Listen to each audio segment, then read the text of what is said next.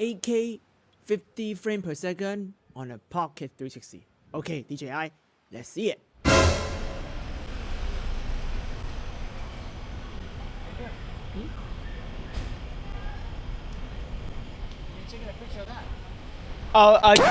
Yep, almost went to jail for this camera review. He thought it was a DJI drone. Last week, we shot an immersive 360 film for Apple Vision Pro out at Catalina Islands with the new DJI OSMO 360. Look at this sunset shot on a fast-moving boat. Dynamic range looks great. Color science too. I've been keeping my lips sealed for months, and now I can finally share everything I know about this camera without hype. Here's how we are going to do this. We are going to put OSMO 360 side by side up against Insta360, Qoocam 3 Ultra, GoPro Max, and even my iPhone 16 Pro Max for image quality comparison. We are crowning a new 360 king, or not. You will see daylight sample and extreme low light, like this 4th of July fireworks shot at ISO over 3200 in SuperNight mode. Then we will test stabilization, from daily dog walking with our superstar Kimchi to my kinda extreme sport, fake snowboarding on a summer street with a Onewheel. Virtual tool creators, this is for you too. We will show the 120 megapixel 360 photo mode side by side on desktop and inside Apple Vision Pro as an immersive environment. And I'm going to coat this thing under the hot California sun until it throws an overheating air.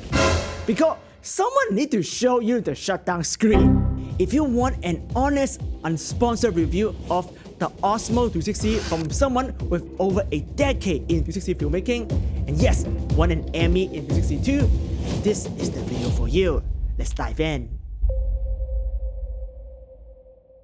The DJI OSMO 360 is the first action 360 camera with a square 1-inch 4K by 4K image sensor, edge to edge, behind a gorgeous f1.9 fisheye. It's also the first 360 camera under $1,000, support up to 8K 50 frames per second 10-bit HDR.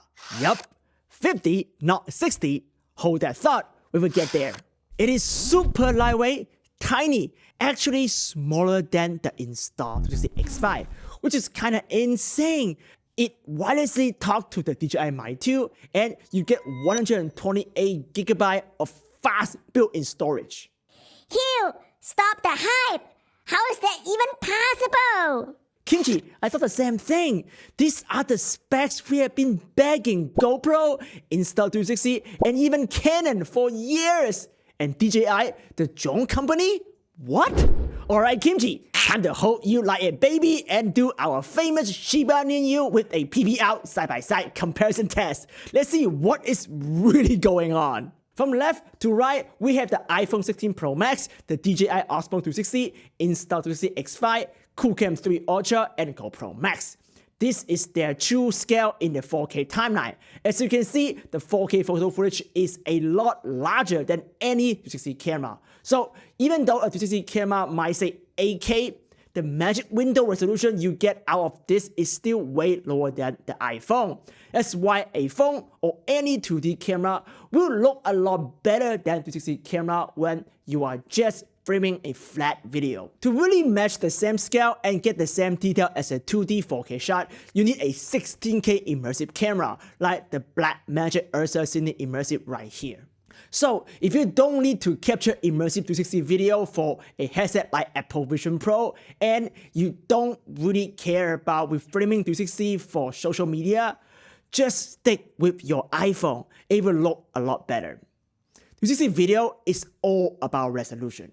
In 2025, 5.7K from a GoPro Max right here just won't cut it. We can safely say now, ditch anything under 8K.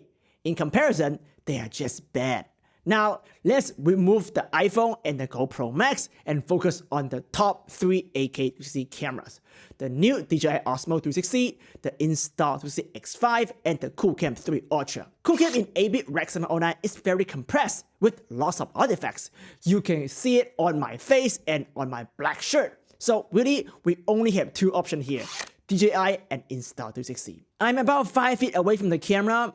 It's about a medium distance, and the Insta360 X5 actually looks better than the DJI 360 here. More detail and clarity in the ground, clear highlight, dynamic range looks better too. Everything just looks sharper. But something feel off. Check the Qoocam 3 Ultra, hardly any ground detail neither. I don't remember the ground looking like this in real life. It's not a bad look, it's just not reality. Is that AI doing its thing? Now jump to the focus chart, 10 feet away, zoom in, see this? Both the Qoocam 3 Ultra and the DJI 360 can read the word Fujian better than the X5. And we all know AI upscaler usually choke on text. So something funky is happening here. Now let's look at the real talent here. Kimchi, he is so cute. On social media or on a 2D screen, you can probably argue that the DJI 360 and Insta360 X5 look kinda similar in image quality. The OSMO 360 sensor pixel size is 2.5 milliamp, which give a clear base image, less noise, smoother gradient, stuff that you really notice in a headset. The real quality breakdown is when you look at this in the high-end device like the Apple Vision Pro or Meta Quest 3, where every pixel is blown up inside a full 360 space. Let's take a closer look at some real-world footage at the Catalina Island together. Here, we have our talent pretty close up. You can see the fine hair detail is gone on the X5. That's aggressive in-sensor denoising. Even though the X5 looks sharper at first glance, it's not actually better, especially on skin. It's like the beautified filter on Kitty's face. No, Okay, blow the head to the camera. Blow the head to the camera. Oh, don't check. Her freckles are just gone. I'd rather the camera not do that for me. Give me the most authentic image. The X5 also add unwanted tonal contrast. It turned Kitty's red hair brown and wipe that vanished tone in her skin. That natural beauty is what we want to keep, even though Kitty herself do not agree. Do not put that on the internet. So, in general, the DJI 360 looks better in close-up, nicer skin tone contrast, finer detail. But what about Insta360 new adaptive tone mode that every influencer on the internet is bragging about? Can it fix the skin tone detail problem? Let's take a look. In the highlight, compared to the adaptive tone, yeah, it is better, but that's it. Look at the fine detail on Kimchi. It's worse. The better tonal color come at the expense of image quality. It also missed exposure on my face now compared to manual exposure. So this adaptive tone feel like another Insta360 hype campaign. I would avoid it. Just set exposure manually. Use a camera like a camera. Don't let AI decide it for you and sacrifice image quality. In comparison, Qoocam 3 Ultra Dynamic Range Boost Mode in 10-bit K-Log on the latest firmware look very promising. Same dynamic range as the DJI 10-bit D-Log M, and the image is sharp with no artifact. So don't ditch your Qoocam 3 Ultra. Its professional K-Log mode is excellent if you know color grading. The close-up might not beat DJI, but the distance sharpness is still pretty good. Finally, let's look at flare resistant. And this is where the DJI 360 camera is miles ahead of its competition. Whoa, Kim, don't try to trap me. What the hell is doing? Kimchi, what are you doing? What the hell are you doing? Dude, your dog walk you or you walk the dog? See this? The green dot of death? Right next to the famous green dot, the welding flare stretched across almost the entire 360 image on the X5. On the DJI, it stopped up right here in the sky. Welding flare kill contrast and sharpness. That's why the X5 looks soft next to the DJI. That's just basic physics. No amount of AI can fix welding flare, including adaptive tone. Okay, now we are in the shadow, no direct sunlight. Look at the Insta360 X5. Image quality magically jumped in the exact same take. Lens flare significantly impacts image quality, especially with fisheye 360 lenses. Welding flare is a sign of low quality glass or weaker anti-flare coatings. I designed lenses over 10 years ago for 360 VR. I get fisheye optic more than most people, and they are not cheap at all. Insta360 make their lenses replaceable. Great for viral campaign, sure. You have seen those like lens breaking video all over social media, but that cost has to come out somewhere. Quality glasses is expensive, and in a 360 camera, you need careful calibration. A cell replaceable lens might not be ideal if you care about flare resistant and uncompromised image quality. What do you think? Should Insta360 bring back the Leica optic, non-replaceable high-quality glasses like 1RS series, or stick with the new replaceable lenses? Comment and let us know. When you point the DJI OSMO 360 straight into the hot sun with the ocean reflecting back, you get a very cinematic look.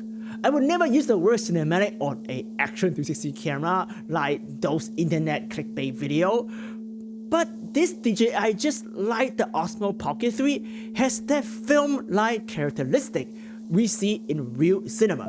We call this smooth highlight roll-off boom, and that subtle red glow around the edges, that's halation. It's subtle, but your eyes just feel it. It looks natural, not that compressed or AI-powered digital camera look.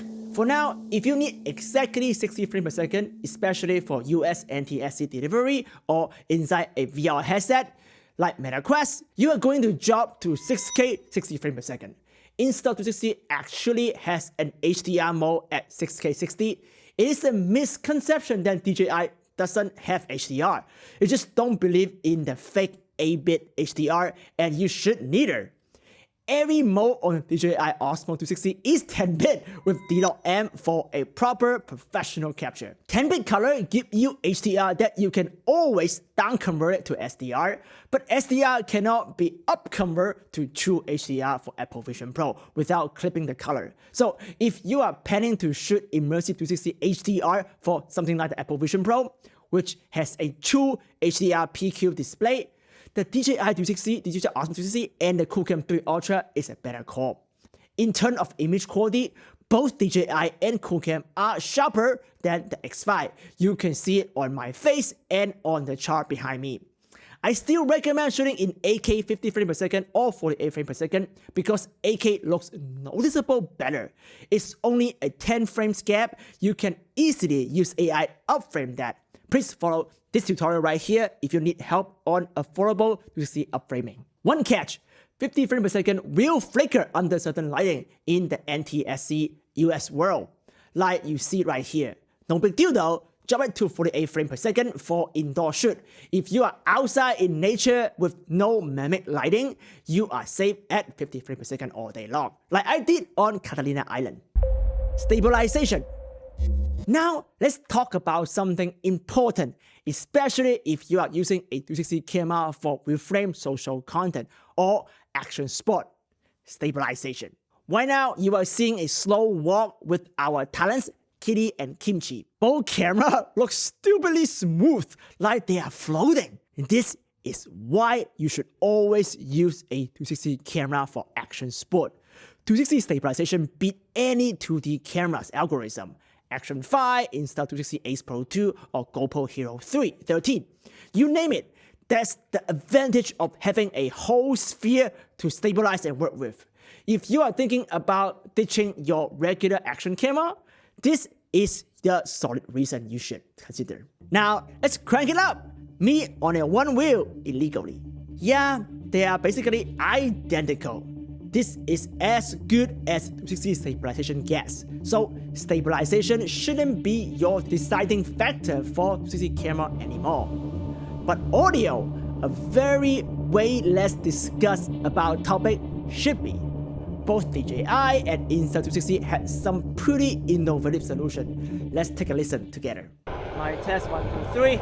My test 1, 2, 3. How's it sound? Okay, it's really windy. My test 1, 2, 3. My test 1, 2, 3. How's it sound? Okay, it's really windy. So they both sound bad. The camera is far away. DJI sound a bit artificial. Insta360 is clear but full of wind noise. Osmo 360, just like the Osmo Pocket 3 and Action 5, can wirelessly connect to the professional DJI Mic 2. Insta360 also has a little mic right here, my ear. So let's take a listen. My test 1, 2, 3, my test 1, 2, 3, my test 1, 2, 3, my test 1, 2, 3. Yeah, Insta360 my ear sound bad. I don't think it's worth the cost for any serious creator, even though it's cheap. Hugh, DJI Mic 2 is a professional microphone. Unfair comparison. True, Kimchi, but Insta360 actually has a pro option too, and they were kind enough to send it to me, the Preview Remote with a built-in microphone. It's confusing product because it looks like a GPS remote camera control and a watch. And it is, but the real selling point is the professional grade mic and with 32-bit flow recording. We got it connected to the X5 wirelessly. Let's take a listen. Today we're gonna test the Insta360 X5 and the DJI 360 camera on audio. We both have, look at that, we both have a microphone, 32-bit flow, laughing, connecting remotely to the camera. See how the audio sound. Don't hit by a car. Okay, let's do this. My test 1, 2, 3. My test 1, 2, 3. My test 1, 2, 3. My test 1, 2, 3. My test 1, 2, 3. My test 1, 2, 3. My test 1, 2, 3. My test 1, 2, 3. My test 1, 2, 3. My test 1, 2, 3. Okay. It is better than my Air and better than a lot of the consumer mic. But now listen to DJI Mic 2. My test 1, 2, 3, my test 1, 2, 3, my test 1, 2, 3, my test 1, 2, 3, my test 1, 2, 3, my test 1, 2, 3, my test 1, 2, 3, my test 1, 2, 3, my test 1, 2, 3, my test 1, 2, 3, okay. It still sounds better. Basically, no wind noise thanks to that pretty high quality dead cat. There is more top end and more bass compared to the Insta360. DJI, no doubt, know how to make a microphone. Unlike Insta360, DJI goes one step further.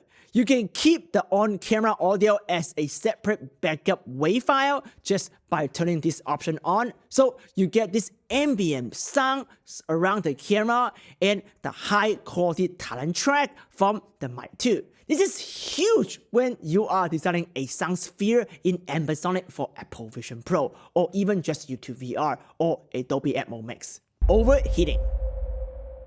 The Osmo 360 is an engineering marvel. 2 1-inch sensor, big f1.9 lens, internal storage, and it still way smaller than the Insta360 X5 and Qoocam 3 Ultra. That has to be a catch. Heatsink should be the weak point. We test all 3 cameras under the California sun. It was about 80 Fahrenheit in the middle of summer here. Hot, but not Arizona hot. So I think it's a good benchmark for a regular use case. The Insta360 X5 is running its latest Ultra battery with a 70% more increase in runtime and a whopping 2800 mAh. The DJI 360, in contrast, it only has 1950 mAh, much smaller to keep the size and the weight down. DJI does ship 3 battery though with a nice charging case, depending on which package you're getting. We are shooting at the highest quality with the newest feature because that is the number marketing doesn't want to tell you. On the Insta360 X5, that is 8K 30 frames per second, highest bitrate, adaptive tone mode. Osmo 360 is at 8K 50 frames per second. DJI hit its first warning message at about 13 minutes. Device overheated. Screen will turn off in 3 seconds. Don't freak out. The recording keep going. Unlike Insta360, DJI use every possible measure to drop body temperature and conserve power, and you cannot override this, which is smart. Leaving the screen on the whole time is an operator error. We would rather have a full recording than staring at that screen.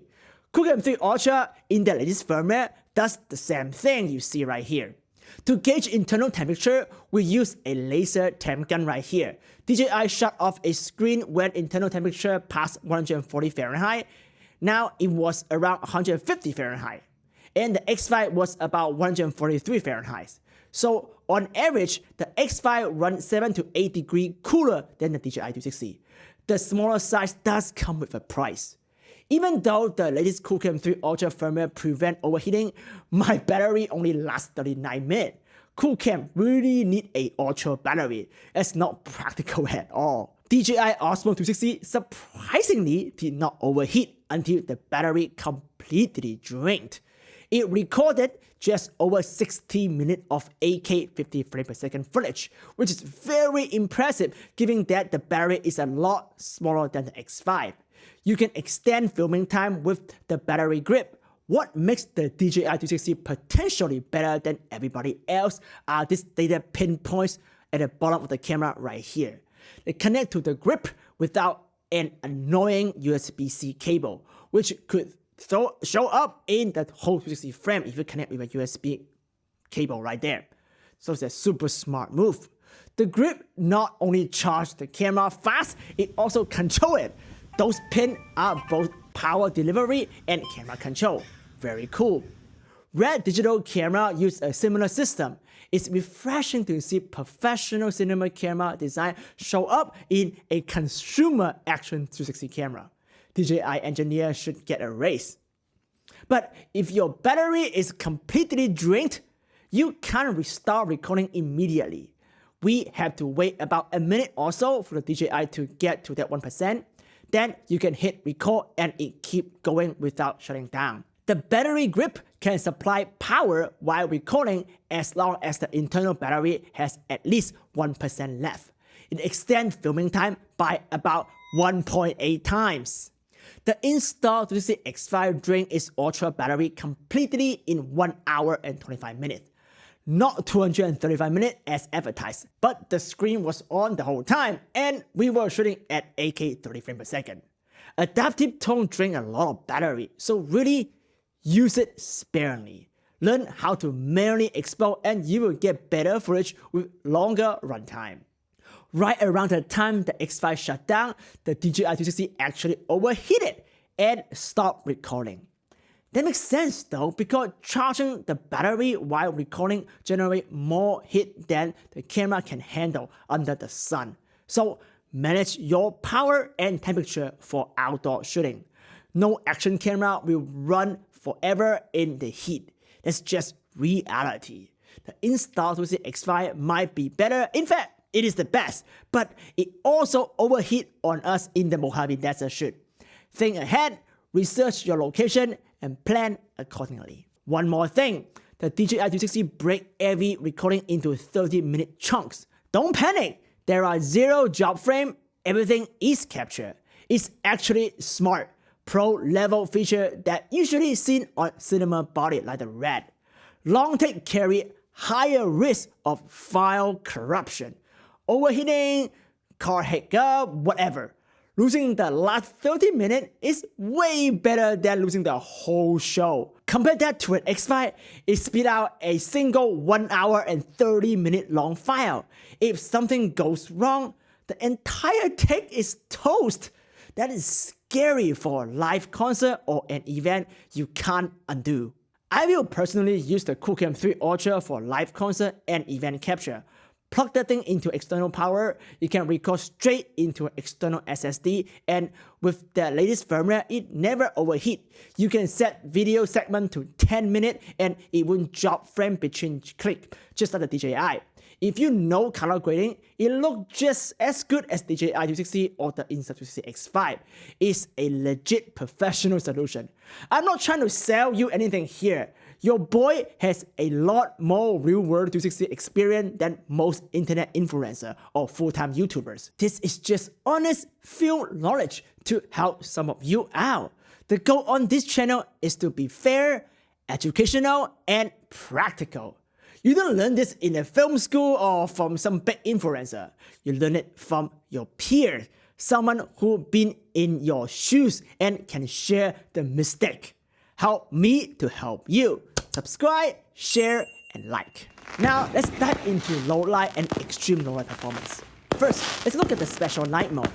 On the DJI, it's called SuperNight. On the Insta360, it's PureVideo.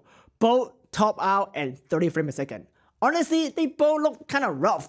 The X5 protect highlight better, you can see it here, but it adds this weird halo around every bright spot. It doesn't look natural. Turn the camera toward me, lit only by the firework on my face, and you will notice DJI SuperNight mode actually lifts the shadow much better than the X5. I will give SuperNight a slightly win right here, but since neither mode you can control the ISO, the result from both are pretty unusable.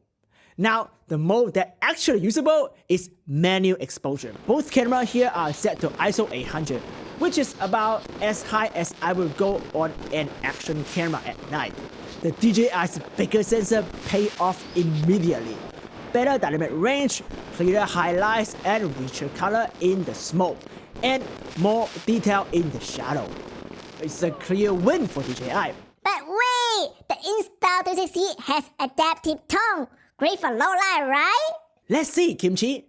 To match the X5's adaptive tone right here, I have to push the DJI up to ISO 3200, very high. And adaptive tone does show more highlight detail and punchier color, which look great in marketing still. But when you play it back and spin it to the shadow, there's this ghosting between frame. PureVideo with adaptive tone show the same unnatural motion blur. So no, don't fall for the hype. I can denoise and rescue ISO 3200 footage, but I can't fix ghosting artifacts. Bottom line, in low light, the DJI OSMO 260 is better thanks to its hardware. Right before release of my review, DJI has an update on the SuperNight mode, which introduced 30 frames per second in 8K, and promised this feature can be used by anyone, not just professionals. So I hand my camera to my friend who never used a camera before and just asked her to go film at a disco, and this place is very dark. Here is the result.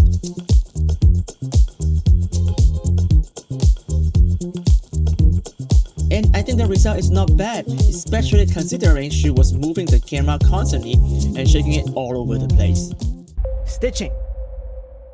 Stitching quality is a huge deal for 360 camera. In DJI Studio, you get one choice, optical flow.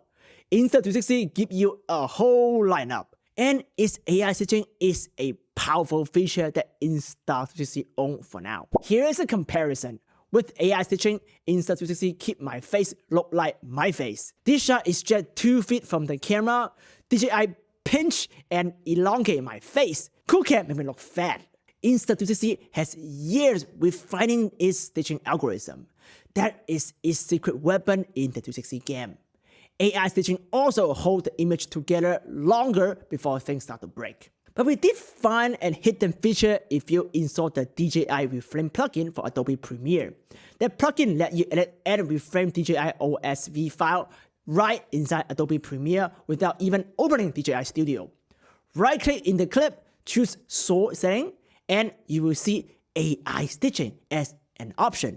It doesn't really work right now, probably disabled in the public release, but it shows DJI is committed to better stitching with direct support in NLE like Adobe Premiere and DaVinci Resolve at no extra cost. Being able to skip the export, stay in native RAW camera file, and grade in 10-bit D-Log-M open up a whole new world for Pro 360 editing.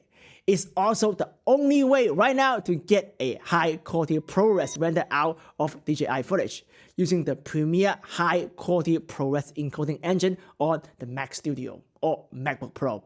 DJI isn't officially working with Apple just yet, but with help from Adobe or DaVinci Resolve, you can bypass that and get even better image quality. I have got a full editing tutorial using the DJI Reframe plugin coming up, link right here. If you pick up the DJI OSMO 260, that is the next video you will want to watch. 260 photo. Unlike the X5 or the Qoocam, the DJI 260 stitch your 260 photo internally and spit out a JPEG. Resolution 120 megapixel, 15.5K. You are looking at some real world shot right now. They are gorgeous. Go check them out on my Facebook 260 page. Or better yet, download my Apple Vision Pro app, Spatial Film, for free and actually be inside a few new Catalina Island immersive environments captured with this exact setup right here. Here is the side-by-side at original scale and resolution. Because the DJI 360 is 120 megapixel, 50 megapixel more than the X5, and 30 megapixel more than the Qoocam, you can see the differences. It's huge. Now, for my virtual tour folks, bad news for the moment, DJI OSMO 360 does not do DNG or RAW, and there's no bracketed HDR. That means the image quality still isn't on par with Qoocam 3 Ultra or the Theta Z1 for serious high-end virtual tour work. I'm already telling DJI this feature matter, but it will help a lot if you comment below and upvote the request. I'm here for you, virtual tour creator. Help me make this case so we can push for the best one-shot 360 photo camera possible right here. Vortex Mode.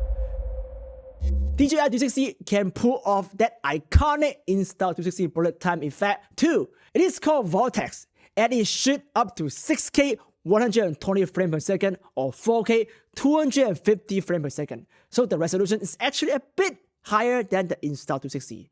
Here is the comparison. They look almost the same. On social media, these are great shots and totally usable and shareable. The fact that DJI OSMO 360 can also do bullet time unlock a whole new level of creativity for people who don't own an Insta360. To keep this review from not turning into a feature-length film, we focus only on image quality and 360 video production. Whether you are reframing for social media or delivering full immersive 360 story on YouTube VR, Meta Quest, or Apple Vision Pro, this is the stuff that matters. I do recommend to go check out other 2D focus reviewer review on this camera though to get a different perspective than us. Drop a comment below if you want Kimchi to tackle it for you as well. We also skipped that AI power mobile editing feature because you are smarter than the AI. The best storytellers you follow are cutting it old school in Adobe Premiere or After Effects, not on a phone. Learn the craft, get the quality. The DJI OSMO 360 is incredible hardware. The software though still has some catching up to do. That is why our next tutorial right here will walk you through the new DJI Reframe plugin native inside Adobe Premiere and a full 360 editing tutorial, color grading tutorial workflow for YouTube VR and Vision Pro, complete with ProRes output and zero compression artifacts. You haven't seen this camera true potential or not yet because the right workflow takes years to refine, and we have the secret sauce that even surprised DJI. Watch our Catalina Island immersive film right here or download it for your Vision Pro. Then come back here for the deep dive tutorial. Here's a bigger picture. Competition is finally heating up. More affordable, high quality 360 mean more voice, more stories, and a healthier ecosystem for all of us creators. I am sure Insta360 or even GoPro is working on something to complete soon. This will further drive the price down for higher spec gear. The future of immersive filmmaking isn't locking behind some studio gate anymore. It's in your pocket now, literally. So gear up, keep experimenting, and push this medium forward. If this video helped you, hit the like, share it with a fellow creator, and subscribe so Kimchi and I can keep bringing you the real world, no hype knowledge. See you in the next one. Ciao!